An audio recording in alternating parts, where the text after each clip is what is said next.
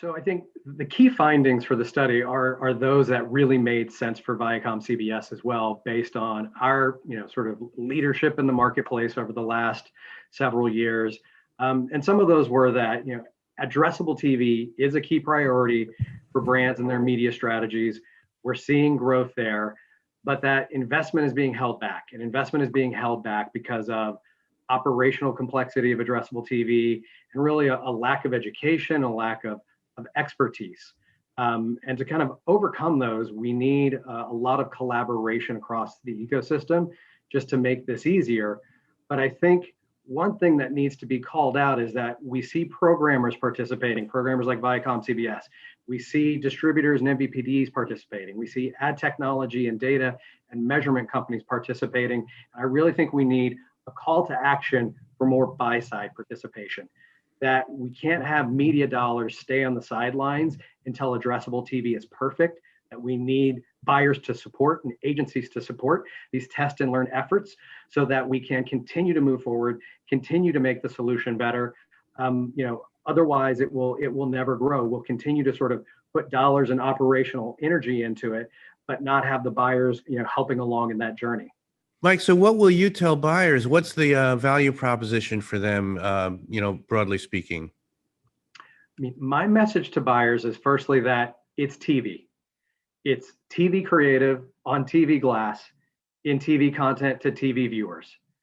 It has the relevance of audience targeting and the ability to understand reach and frequency on duplication and tie exposure to conversion without the worries of fraud and waste or inattention from other types of buying medias. So I think, in terms of those who are worried about the complexity and the operational issues, just reinforcing that it is still TV and has all of the benefits of TV with the power of the best of digital. Then, I would add to that the role of ViacomCBS as a programmer, and again, as an early investor and leader in the space, is to unify and simplify things, to bring together our national veils across networks, across devices, platforms, distributors, all of those things, to do that in a way that is a fully managed execution that removes complexity for the buyer across all of our TV inventory and all of our audiences, to do that across our entire portfolio, which is broadcast, cable, digital, including connected TV and direct to consumer. And basically, I would say that, Vantage and audience-based buying with ViacomCBS is an addressable easy button. If buyers lean in and work with us, we can make addressable work for them by removing all that complexity and being able to do it across the ecosystem. The other thing I would say is it's here now. I think too many believe that addressable is something for the future, that there's no scale yet, when in fact, we're live today at massive scale.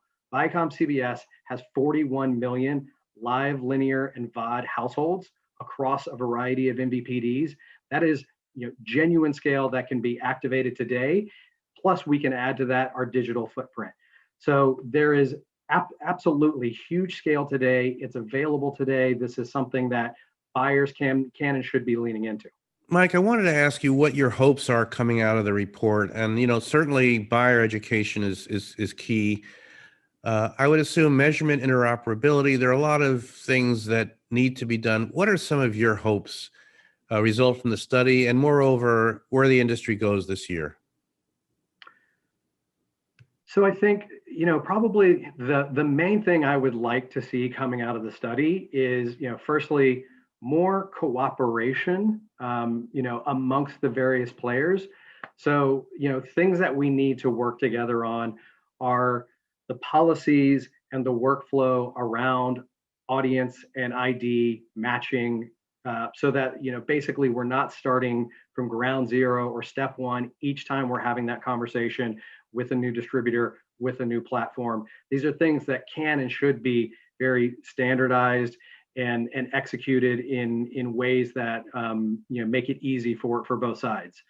I would say, secondly, in terms of collaborating, would be more standardization in terms of how we work together around the business terms, right? There are very well-established models in television between programmers and distributors in terms of ad avails and the split of advertising. When we get into a conversation today with distributors about addressable, It is a very difficult conversation, not because the parties are having are at odds, but mostly just because we have to start from, again, step one in terms of education. What are we trying to accomplish? Technically, how will it be executed? Operationally, who's responsible for what? What do those SLAs look like?